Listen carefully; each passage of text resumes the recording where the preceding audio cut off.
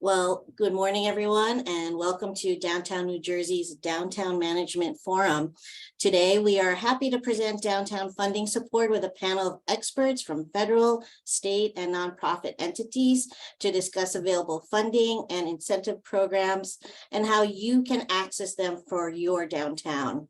I am Vanessa Quijano and am the Director of Communications at New Jersey Community Capital, a nonprofit community development financial institution, New Jersey's largest CDFI. For Downtown New Jersey, I am the Vice President and Treasurer and a proud member since 2018. Downtown New Jersey provides education, advocacy, and recognition for all our members. Through our education, like today's forum, we also provide technical assistance, our different types of webinars, our annual conference. For advocacy, please log on to our website to see our quarterly policy watch. And then we also recognize all the great work and achievements that you guys have been doing in your respective downtowns with an annual awards program. So just to talk about some upcoming forums, we've May 9th, we've got our liquor license reform, as Courtney was mentioning earlier, that we have a location, we have a date, we're just solidifying our speakers. That's up on our website. Also in May, we have another in-person program going back to Rutgers Blaustein School on retail and redevelopment. Please, again, go to our website to register. Our forums are free for our members, so we invite those of you that are not members that are joining us today to join Downtown New Jersey. Next. So today, for our forum today, we're discussing funding support, and we are so happy to have members from federal, state, and local entities. I would like to introduce our first funding expert, Zach McHugh, our Deputy State Director from U.S. Senator Cory Booker's office. Thanks so much, Vanessa, and thanks for having us. Although I do take issue with the term expert, but I appreciate the opportunity to talk from our perspective, from Senator Booker's office's perspective, about some of the opportunities that exist for municipalities and downtowns. And as we started chatting, so much of our identity and pride is sourced in our geographic location. So I was raised in Monmouth County. I find myself a proud Cranford resident, which, you know, not to rub it into the wonderful folks on this call, but is usually voted, I think, one of the best downtowns. So very lucky to live in a place that prioritizes all of the work that you're all doing in your communities. And I thought I might just talk today about some of the general types of federal funding that exists, you know, many of which you're likely familiar with, but just wanted to highlight some of the programs and departments and opportunities that we thought you might be most interested in. As many of you know, the three fundamental types of federal funding come in formula funding, which is written into the law and is sent to localities based on an existing formula. And then there's discretionary funding, which you are local entities and nonprofits and organizations are applying for and competing for nationally.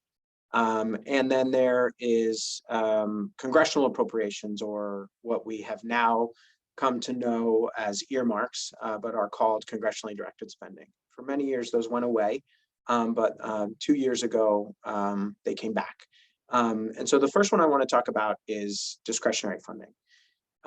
The departments that I've kind of laid out that I think you all might find the most interesting are the Department of Transportation, the EDA, and the SBA, the Small Business Administration. Although there are funding opportunities to municipalities across all federal agencies. And you know, the best place to go to look for all of those is grants.gov. And that's going to lay out all federal funding opportunities across every federal agency. But the things that I think of that you might be looking at are investing in your downtown's infrastructure, investing in any type of program or project that will help economic development, and obviously looking for resources to provide your members and your business residents through the Small Business Administration. In USDOT, there's a handful of competitive discretionary grant funding programs that I just wanted to highlight. RAISE is probably the largest one. It was formerly called BUILD and formerly called Tiger. It was created in the bill in the Obama administration for recovery, and ultimately awards annually a chunk of projects across the nation. And the types of these projects are usually in the $10 to $18 million funding announcements. They're big projects. In New Jersey, a few years ago, there was a $17 million project for a port terminal. There was a $16 million project for pre-construction activities for the Portal Bridge. And they're large in scope.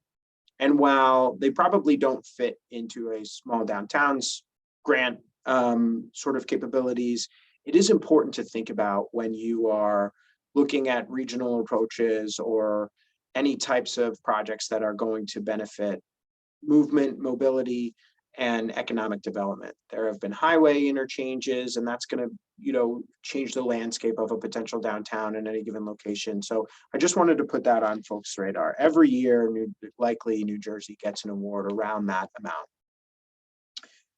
In the infrastructure bill that was passed last year, there were a few programs that I think might be of particular interest to you. There's one called Safe Streets and Roads for All. This is a program that is funded at $1 billion every year for the next 5 years, and is eligible to fund applications from MPOs, counties, municipalities, public entities. And essentially it's to address pedestrian safety and interaction with vehicle traffic. And what it's really trying to do is encourage localities and larger localities like counties to develop safety plans, and then ultimately attempt to provide funding for those entities to implement them. And so I imagine that on so many of your stakeholders' radar is the need to address pedestrian safety. Again, in my town in downtown Cranford, it's a perennial topic of discussion, and balancing economic development and pedestrian safety, and getting individuals down to public spaces and getting them safely to and from businesses. And so, last year, the counties of Monmouth, Union, Essex, Hudson all received funding for this program. And what their funding was for the plan, to develop the plan. And again, it's a 5-year program. And ultimately, I think DOT wants to see funding go to the implementation of those plans. But a lot of localities are able to submit really comprehensive applications for those too. So something to put on your radar. Another program in the same lens from the bipartisan bill is the Reconnecting Communities Grant Program. This provides technical assistance and funding for communities that are looking to do planning and construction for projects that are going to be reconnecting segments of a community that may have been essentially dissected by a highway or a train track, or any type of major infrastructure project that is cutting communities in half. So the goal is to connect communities, removing, retrofitting, or mitigating transportation barriers. In New Jersey last year, New Jersey Transit got $13 million for a project that ultimately aims to reconstruct a pedestrian crossway around the Long Branch train station. So it's an at-grade crossing where the train is at street level, and ultimately the funding will go to create a pedestrian connection. But a lot of these, a lot of the mindset behind this program was in the boom of the highway years, many downtown municipal and metropolitan areas were dissected and communities were cut away from each other. So that's something to think about for communities that may be near major highways or rail. The next program I want to talk, the next federal agency I want to talk about is USEDA. Now, this is a very large entity with lots of funding opportunities. So I really encourage all of you, I'm sure you all have, but I really encourage you all to check out the link here, eda.gov funding. There's also another one, eda.gov resources, but really, the EDA can stand as a partner to municipalities and have, in our experience with New Jersey, in finding creative ways to fund the needs of these communities in the name of economic development. So we've utilized EDA resources to connect rural communities to resources for water infrastructure. We've also used the USDA to do projects like that with water infrastructure. But ultimately, there is a Philadelphia regional office at USEDA. Again, I hope that many of you are familiar with them, but if you're not, I would really encourage you to connect with them directly. They're great folks there, and they really want to take a hands-on approach to showing you the resources that you and your communities can avail yourselves of. They have funding for planning and technical assistance, infrastructure, broadband, entrepreneurship and business assistance, workforce training and livability issues. We've seen funding from a lot of the bipartisan infrastructure bill and the American Rescue Plan go to projects, for instance, Wildwood got $6 million for a boardwalk. So there's lots of creative ways to use that funding to your advantage. The last thing I want to mention, the next part I want to mention is earmarks. So we can go to the next slide, and I'll just read off some of the examples of earmarks that we have. Essentially, there's a way to apply directly to congressional offices for earmarks. Municipal entities, nonprofit entities can apply for this funding. We get to select projects that meet certain criteria based on the Appropriations Committee's guidance and recommend them, and then the committee decides to fund them. It is directly funded in a congressional spending bill. The next slide lists, I'm just going to go through them really quickly because I'm short on time, but the next slide lists examples of projects that were funded through this process that I thought you might be interested in. So funding for South Brunswick for construction improvement projects for signalization. Woodbridge had a program on electrical shuttle buses. Hudson County wanted to do improvements to a county road. Newark is going to be upgrading Lincoln Park to retrofit the neighborhood. That's all under this subcommittee. The next subcommittee has funding for drinking water. We funded a ton of projects that are retrofitting lead drinking water lines, which I know is an issue in many communities and probably on many mayors' minds. The next committee funded money. These are probably less, but definitely good for folks to know about and for your communities to know about in terms of resources for law enforcement. And then in the last slide, or the next slide, it mentions money for a seawall extension project in North Wildwood, an OEM building renovation in Carteret. The next slide identifies funding for public, the fire department, a renovation of a municipal court in Mount Holly, one we funded in FY22, which isn't on the list, was a $2.2 million funding for Boundbrook for a pedestrian project. So I would encourage everyone to go to our website appropriations, and the guidance on how all of those projects are funded can be found there, and reach out to us with any questions. So this is my contact information, the contact information for our appropriations team, and we look forward to being able to field any questions that you might have on that. Thank you, Zach. You definitely covered a lot, and I will definitely spend some time at the end to discuss maybe some of the specifics. People may have some questions, but with that, I now welcome our Downtown New Jersey member and small business colleague, Maggie Peters. Good morning. Thank you for having me. I am the Assistant Director of Small Business Services at the NJEDA. Next slide, please. So the NJEDA is the state's comprehensive economic development organization. We provide programs and products for small and micros all the way up through our largest, Fortune 500, 100 companies. Next slide, please.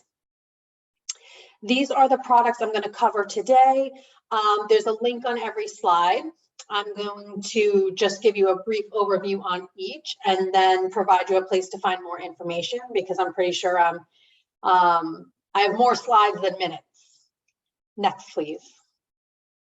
Okay, so the NJEDA, through the Economic Recovery Act, received $40 million to help with food deserts. So that money can be allocated in a few ways: credits, loans, grants, and technical assistance, to make sure that we're increasing access to nutritious food throughout the state of New Jersey and alleviate food deserts within our state. The product that we have right now that's available is the Food Retail Innovation in Delivery product. We refer to it as Fridge. This product provides grant funding to New Jersey food retailers to purchase self-contained temperature-controlled lockers. So these lockers store the food for people who might have had to take 2 buses to get to their closest grocery store. So we're making that fresh food available in their community through this product. Next slide. The Emerge program. So this program is the successor program to the Grow New Jersey program under Governor Christie. This is Governor Murphy's product. It's our job-based tax credit. So this product is for larger companies. The awards are calculated on a per job basis, and we also include targeted industries, and we get to a number ranging between $500 per job to $8,000 per job, depending on the qualifying factors. We want people to be close to public transportation. The targeted industries matter. They make your awards bigger. And of course, all of our incentives, you have to be located in an eligible incentive location. The targeted industries are below. Next slide. So we have a suite of Brownfields products. This one is currently available right now. I'm going to just talk about the Brownfield Redevelopment Incentive. So we have a $50 million per year competitive project rate based tax credit. And that's why sometimes it's open, sometimes it's closed. It just depends on how many applications we have for that $15 million a year on this competitive product. The program provides a one-time transferable tax credit to incentivize environmental remediation, abatement, demolition activities, and allow for the redevelopment of brownfields. They can be redeveloped into commercial, retail, or mixed use. Next slide, please. Historic Property Reinvestment Program. This is one of our newer products. $300 million over 6 years has been allocated to this product with a $50 million a year annual cap. So we can get a lot of great projects in with that amount of money. We are focused on historic preservation, but as a component of community development. So we're willing to look at 40 to 45% of reimbursement for rehabilitation costs for these projects. We will work in conjunction with federal historic tax credits. This is a gap financing product though. So when we do look at the capital stack for eligibility for this product, you can't have started construction. We need to know that, this money is going to make the difference between the project moving forward and not. And so we're going to look for that gap in financing to be eligible. Next slide, please. So this is the Aspire product. This is the successor product to the Economic Redevelopment and Growth Grant, or the ERG, that we had for many years. So this is a gap financing tool as well, supporting commercial, mixed use, and residential real estate development projects. So we're going to be looking at a gap in financing for this product as well. We are willing to provide 60% of the development costs back on residential projects, but they would have to have an affordable housing component. 50 or 45% of development costs for other projects, and up to 60 million for projects in targeted areas. We've really tried to be strategic with this money. We want to make sure that we're targeting, projects that are in downtowns near transit. We want to make sure that they have a pretty robust affordable housing component or mixed income housing component in areas that are located in big industries, dense areas. We want to make sure people are living close to their jobs if possible. And of course, we want to drive market rate housing in distressed areas. So that's another way to get the maximum amount. And just like the other products that I mentioned, they have to be located in eligible incentive locations. Next slide, please. New Jersey Film and Digital Media Tax Credit, probably the product that people hear and read about the most. So under Governor Murphy, we have really encouraged and promoted and put more money into this product so that production companies film and create digital media content in the state of New Jersey. So if you look at our minutes, we approve a lot of these every single month. This is a transferable tax credit against the corporate business tax and gross income tax for any expenses incurred to produce film and digital media within the state. This has just been a really great product because of the ripple effect. When you have someone filming a movie somewhere, they eat at places and they frequent different things and they just really spend a lot of money wherever they're filming. Next slide, please. Small business fund. So this is one of our collateral-based lending products. We've had this product for quite a few years now. So this is up to $500,000 in collateral-based funding. Your business would have to be in operation for at least 1 year with revenue less than $3 million. You have to be reporting a profit. We need to know that you're able to pay back should you get this financing. This is collateral based. We have an application fee. It has to go through the regular underwriting process of the EDA. No home-based businesses are eligible. So up to $500,000 for fixed assets for real estate and equipment, and the same for working capital, $500,000. And we've been able to be really flexible with interest rates and terms. Next slide. Direct loans, also a traditional lending product at the EDA, but you'd have to be in operation for 2 years. Also reporting a profit, and there's a job creation component to this product. So you would have to create or retain 1 job per $65,000 of EDA participation. So this product goes up to $2 million, also for fixed assets, and $750,000 for working capital. It is collateralized. Typical underwriting at the EDA would apply. Next slide, please. So our Premier Lender Program. So this is up to $2 million as well for fixed assets, or $750,000 for working capital. We also do lines of credit and guarantees on this product. For this one, you have to have been in operation for 2 years, same job creation retention commitment. For every $65,000 of EDA participation, you would need 1 job. Typical underwriting applies for this product as well. This product allows us to give businesses access to low-cost financing because we are partnering with another lender, so we're sharing that risk, and we're able to give more flexible terms on this product, and interest rates, of course, as well. Next slide, please. Okay, here are our Premier lenders. I only have 2 minutes, so next slide, please. Okay, Main Street Recovery Program. Next slide.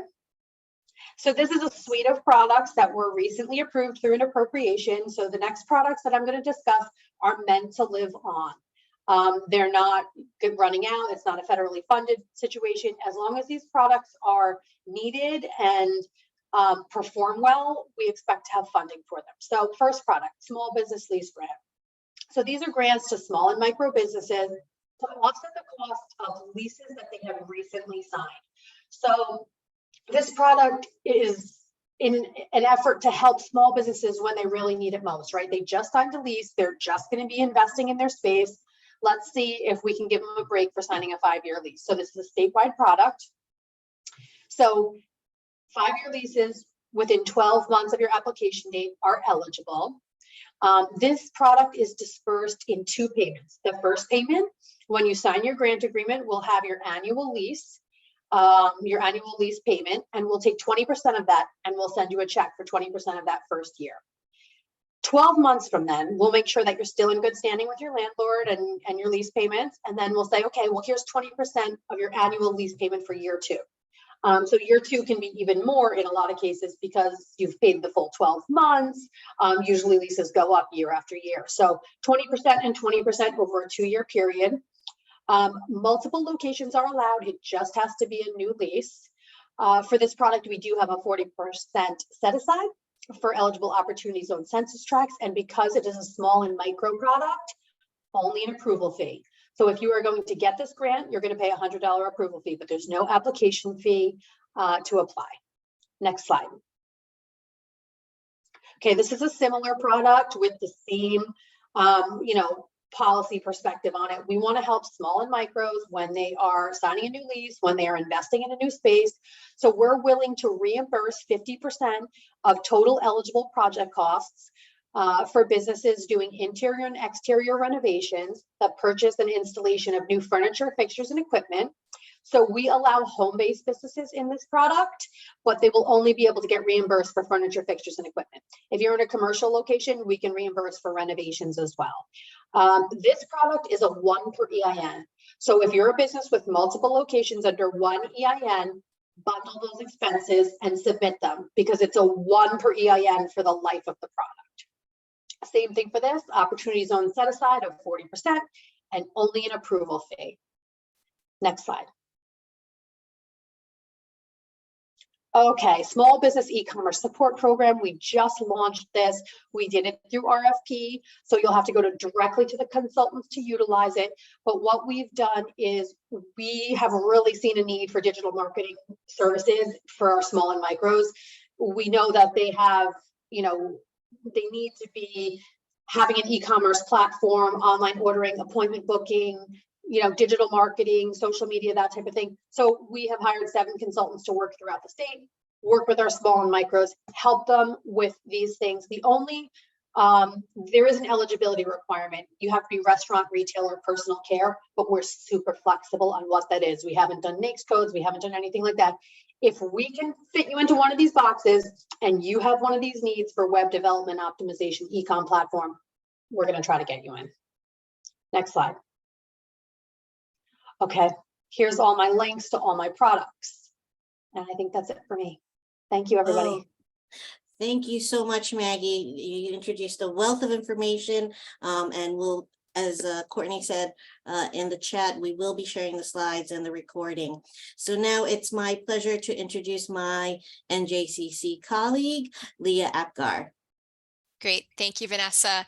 So thank you everyone for having me today. My name is Leah Apgar. I head up the lending team at New Jersey Community Capital. I've been with the organization since 2006. I actually started as an intern and I've been a part of the lending team the entire time I've been here. I've been in my current role for about 5 years. And so as some background, next slide, please. As some background on New Jersey Community Capital, we are a CDFI, that's a Community Development Financial Institution. We're certified by the Department of Treasury as a lending institution, and we have a specific goal of providing loans in underserved and low-income areas and for projects that serve low-income individuals and underserved individuals. So we're focused on responsible lending in those communities, and we specifically focus on affordable housing, education projects, economic development, and community facilities projects. So what makes us different and how are we different from a traditional bank? So we are a non-depository institution. You can't come into our office and open a checking account or a banking account like a traditional bank. And rather we raise our money from socially responsible investors, think banks that have CRA obligations and things like that. And then we lend it back out for projects. We've been doing this work for about 35 years throughout the entire state of New Jersey. We were formed in 1987, and we recently also expanded to Philadelphia. So we're very excited. We closed our first loan in Philadelphia in January, and we started as an affordable housing lender in 1987. And we really focused on building relationships with our borrowers and relationships in the communities. So I see that Kent is on the webinar today. And so Salt and Light Company that Kent heads up, they were our first borrower in 1988. They're still a borrower today. And we do a lot of lending to both nonprofits and for-profit developers. So that's about 50% of our portfolio. And we have about 320 loans on our books in our current portfolio. Next slide. So in addition to lending, we began to expand our products and services in 2010. We now also have a real estate development arm called Community Asset Preservation Corporation. That entity does real estate development, mostly housing and mixed use throughout the entire state of New Jersey, as well as some work in Florida. And we have a mortgage initiative that focuses on foreclosure mitigation through bulk purchases of defaulted mortgages, as well as providing mortgage and assistance to low-income and ITIN home buyers. And then finally, we also have a consulting group. So that group works with municipalities and other nonprofit organizations around neighborhood planning work. Next slide. So I'm mostly going to be spending time here talking specifically about our lending, since that's where I sit in the organization. That's what I know. So this slide shares some information about NJCC's overall impact related to our work. Our financing has supported the creation and preservation of many housing units, education seats. It has preserved and created many jobs. And I also want to stop and talk for just 1 minute about minority and diverse borrowers. So as of the end of fiscal year 2022, about 55% of our outstanding loan portfolio was to minority borrowers. And so we've always been very focused on meeting the needs of minority borrowers and developers, diverse borrowers, who for various reasons that we all know struggle to access financing through traditional sources. And this is going to continue to be a major focus of our work going forward. Next slide. So we do a lot of real estate development financing, as well as some small business financing, which I'll talk about in a minute, since this is downtown New Jersey. We have a lot of flexibility with our financing. So we can provide loans at higher leverage. So think 90% loan to value ratios for nonprofits, lower debt service coverage ratios. So we even have some products in the supportive housing space where we can go as low as a 1.0 debt service coverage ratio, which is almost unheard of in the financing space. And we can do loans as small as $100,000 for a 1 to 4 unit scattered site infill housing project, or we can do loans up to $10 million for large real estate development projects. So our financing really runs the gamut in the type of financing we can provide and the flexibility. We do a lot of financing for projects that have subsidy deed restrictions. That's something that we're very comfortable with as well. Next slide. So as far as types of loans, we provide various types of loans, real estate development loans. That includes acquisition, construction, mini permanent, permanent financing, bridge financing to subsidies, sometimes working capital financing. Especially in the small business space, we provide a lot of working capital and bridge loans. And I also want to mention for a moment, we're a 9-time allocatee of $340 million in new market tax credits.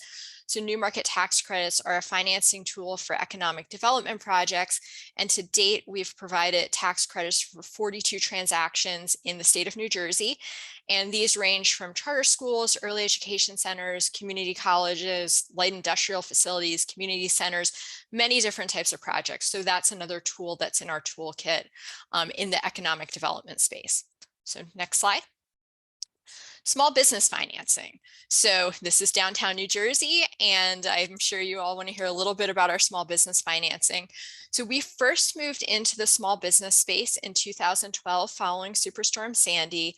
And as a direct result of the storm, we launched a program that was called Rebuild New Jersey. And under that program, we provided 60 small business loans in a few months following the storm, and these were to businesses impacted by the storm. So they had structural damage, loss of inventory, working capital needs due to closures, things like that. And that was really our first foray into this space. Then in 2015, we launched an initiative called Thrive South Jersey that was funded generously by the Pascal Sykes Foundation, which has since sunset, but really provided us with the seed funding for this initiative. And this provides small business and economic development financing in South Jersey specifically. So that was Gloucester, Salem, Cumberland, Western Atlantic counties. And that's a very active initiative that we have in that space. Finally, or not finally, next, we launched the Garden State Relief Fund. This was in March of 2020 as a direct result of the pandemic. And this fund provided about 150 small business loans ranging from $10,000 to $75,000 to businesses impacted by the pandemic. So businesses in the service industry, they were closed. They were really experiencing challenges. And I also want to note that EDA provided us with loan loss reserve funding for this initiative. So thank you to Maggie. So EDA was also involved in this with us. And this fund has performed really, really well. We're excited to say that these loans are going to fully pay off in 2023 and into the beginning of 2024. And then we also have a partnership program called the Equitable Small Business Initiative with the African American Chamber of Commerce. This was launched specifically to provide small business loans to Black-owned businesses, and we've provided 21 loans through that program. We're actually in the process now of transitioning this program fully to the African American Chamber of Commerce, but it's an initiative that we're really excited about and really proud of. And then finally, we do small business financing generally under our broader NJCC umbrella. So always happy to talk about small business loans. Next slide. So what is some of our lending criteria? So a potential borrower comes to us with a project, and what happens next? The next thing that happens is underwriting. And so we look at a variety of factors in the underwriting process, but most important to us is that the project is a mission fit for us. So we're a mission-based lender. We're really concerned about the outcomes of the project in the community, who the project is serving, and who we're lending to. And so that's our first threshold criteria. But then from there in the underwriting process, we look at all of the typical things that a lender looks at. So credit worthiness, financial viability, how urgent is the project? So is this going to happen quickly? Is this a real shovel-ready project? What's the likelihood of getting repaid? How are we securing this loan? What's the cash flow? So what does the debt service coverage ratio look like related to the cash flow from the project? And what collateral is available? So what does the loan to value ratio look like? Next slide. So just to spend a minute talking about our application process. So if you have a project or a small business and you want to talk to us about financing, the best thing to do is to just reach out to us and have a conversation first. So if you call us, we can, talk to you, understand what you're doing, give you some feedback about what we think we could do from a financing perspective. From there, if we feel that we can move forward with the project, with the request, we would produce a non-binding term sheet that gives you something to review regarding loan terms, something to respond to. And then at that point, if you would want to move forward, we would move on to a full loan application, move you through our underwriting process and our loan approval process. And then hopefully your loan gets approved and we move on to a loan closing. So next slide. So this is just a little bit more about the loan life cycle. We just talked about that. So next slide. And here's my contact information. So if you have something you want to discuss, we are always happy to talk with you. And I think these slides will be available after the webinar as well. So thank you. Great. Thank you so much, Leah, Maggie, and Zach. And now we open up the floor to questions. Love to also hear everyone else's perspective with their experiences with any of the funding opportunities that was shared today. And I'll take my prerogative real quick. I just want, Maggie had mentioned a couple of things. The film program, we did do a great session on film at the conference that we held in December, which was recorded. So if you had registered for the conference, you can still get access to it. If you didn't register to the conference, you can get a reduced rate digital only registration, so you can watch the film session and other great sessions. And we also did do a forum, and the video is up about brownfield redevelopment. I put the link in the thing, and that was NJIT Brownfields office group whatever we want to call them, which Maggie also referenced in her thing. So I see Adrian has his hand up. Hello, good afternoon, everyone. I have a question in regards to the Main Street Recovery Program and specifically sort of Small Business Improvement Grant. I work for Camden Special Services District, which is this business improvement district in Camden. And a question that's popped up before in regards to this is that if an applicant for one of these programs has also applied for a cannabis, right, to do that, to be an owner of a cannabis dispensary, and they have since been rejected and have no plans of opening a cannabis dispensary, their concern is no one gets back to them in regards to whether or not they can still pursue an improvement grant for a completely different sort of retail, whether that's just CBD or something else.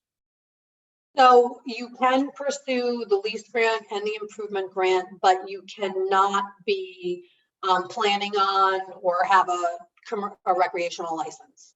So there can be no plans to do that. Correct. So, okay, so if they have, and if they haven't, I just want to make sure that I got it right. So if they've approved, if they have initially applied but got rejected, what will be the process to circumvent sort of that stop that they get when they're trying to apply? Well, when they reapply, as long as they are not pursuing a license or have a license already, they should be good. There should be nothing stopping them. Perfect. Thank you. Yeah. And speaking of cannabis, I'm putting a link to an article about planning for cannabis that was in our latest newsletter. I'm putting that in the chat as well. Yes, thank you. I have a general question for everyone. Are all the funding opportunities you all mentioned, are those all rolling applications? Is there any due dates that are imminent that people should be aware of? So for NJCC, it's all rolling, no due dates. We're always happy to talk about projects. For all of the products I mentioned, except for Brownfields, they're all rolling. As long as we have money, we're going to be accepting applications. Oh, and historic too. We have a certain amount of money a year, so that would be the only thing stopping the applications. Zach? And for the federal funding programs, it depends. Some of them are rolling, some of them are annual, but there are usually public deadlines and public notices for the funding opportunity as well. Yeah, I believe there's one appropriation that's actually due like next week, right? Yes, the Senator Booker's application for an earmark or congressionally directed spending is due to us next Friday. Which reminds me, I'm going to get you guys a link. There is also an AARP grant out there right now for placemaking. So, and that's due, I think, the 15th. So if you haven't looked at it, get on it. Just give me, I'll find the link and I'll put it in there. The Livable Communities Grant for 2023. Anyone want to hear more about any of the ones that opportunities or ones that were awarded that Zach was running through at the beginning, or Yes, I would love to hear. anyone Sure. specifically, or Yeah, any questions on those in particular, or I'll speak just generally to the process. Entities can apply to our office for a project under the criteria that's listed on our website. You have to choose which subcommittee you want to apply to, and then demonstrate that you meet some of these criteria. And it really just depends on what account the project might fall under. Then we look at all of those applications, and then Senator Booker determines which ones he will recommend to the Appropriations Committee to fund. And then when the Appropriations Committees come out with their annual appropriations or government funding bill, they make the final decision on which ones of those projects make the cut. So that's a little bit about the process. And then, of course, once a final bill comes to the floor of the Senate, it's voted on, then it has to either be done reconciled with the House's version, and then the president has to sign a spending bill into law. So last year, at the end of the year, the big appropriations omnibus bill was a negotiated bill between the House and the Senate. There was just one vote on it, and it included all of the projects that were funded in the Senate and House bills. So it's a little bit how it works. Thanks, Leanne. Zach. Leanne, can I put you on the spot? Can you talk about kind of some of your experiences with either the federal money coming through or NJDOT money, safe routes to transit, Sure. schools, et cetera? Yeah, so only if you allow me to plug a meeting for next week, Courtney. Absolutely. From the Zach mentioned the Safe Streets for All and Reconnecting Communities. So we at the Voorhees Transportation Center at Rutgers University run a New Jersey Bicycle and Pedestrian Advisory Council. The next meeting is March 22nd at 9:30. I'll put a link in chat, but we're going to be talking about our lessons learned from the round one of the, mainly just the Safe Streets for All grants, what we learned, who got them. We got several planning grants and one implementation grant in New Jersey. And the news on the next round, which we're hearing is going to be announced in April. And so some thoughts about applying for this round two. So if you can make it to the March 22nd meeting, I'll put that in chat. And also we'll talk about it a little bit. The New Jersey Bike and Walk Coalition is also going to host a lunch and learn on March 29th. And we'll be talking a little bit about that there as well. I kind of like to say with grants, you've got the federal grants that come from New Jersey DOT for Federal Highway Administration.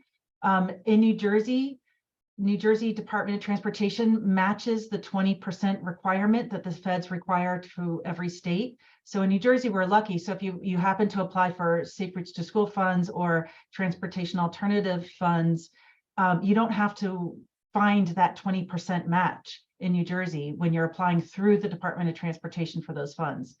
The other ones, as Safe Streets for All and Roads for All and Reconnected Communities, you will have to find a 20% match, but that can be an in-kind.